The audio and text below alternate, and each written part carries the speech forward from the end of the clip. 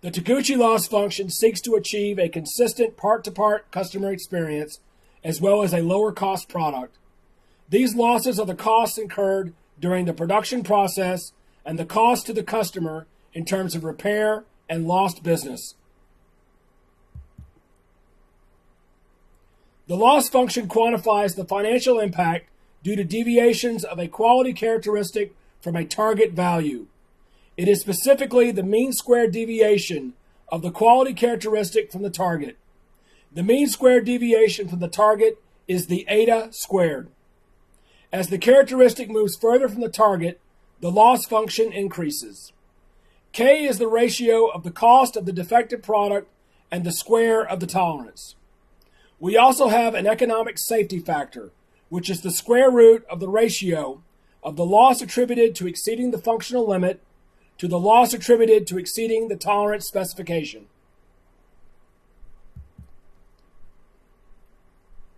Now let's apply these formulas to this example. Suppose we are buying plywood.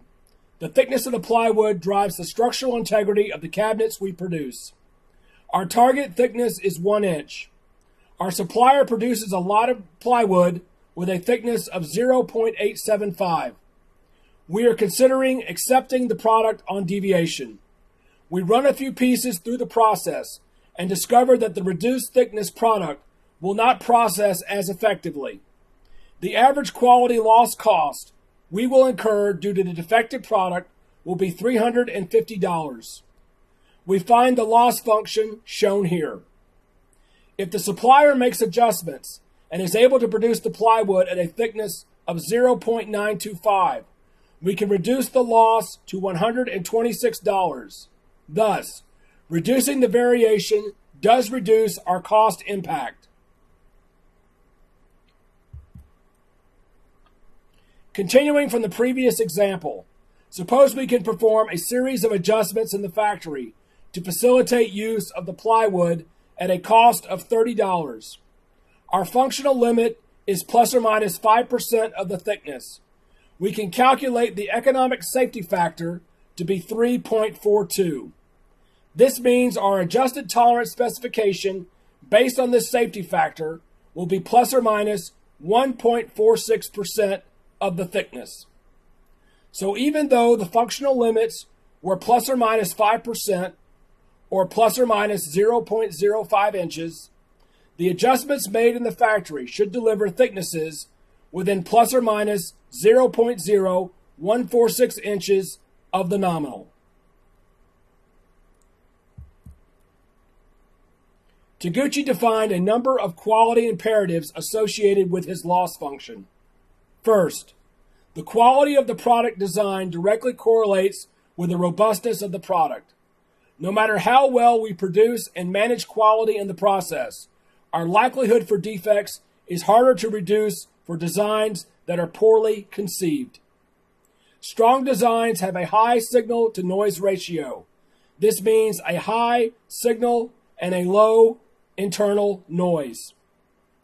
Means testing or planned experiments should be used to stress the product at extreme variation levels, but within customer use conditions. This not only helps us understand the functional limits of the product, but also assists us in best dialing in target values.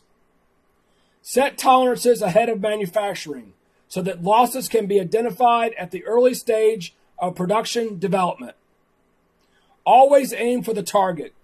Quality characteristics that consistently come in right at the minimum or at the maximum have a 50% chance of falling below or above the specification respectively. We can best accomplish this through reducing variation and centering the process mean. Reducing variation at the part level reduces variation at the system level. We can compound our benefit by reducing variation at the earliest stages of the process. When budgeting for new equipment, make sure to factor in costs due to the loss function in your estimate.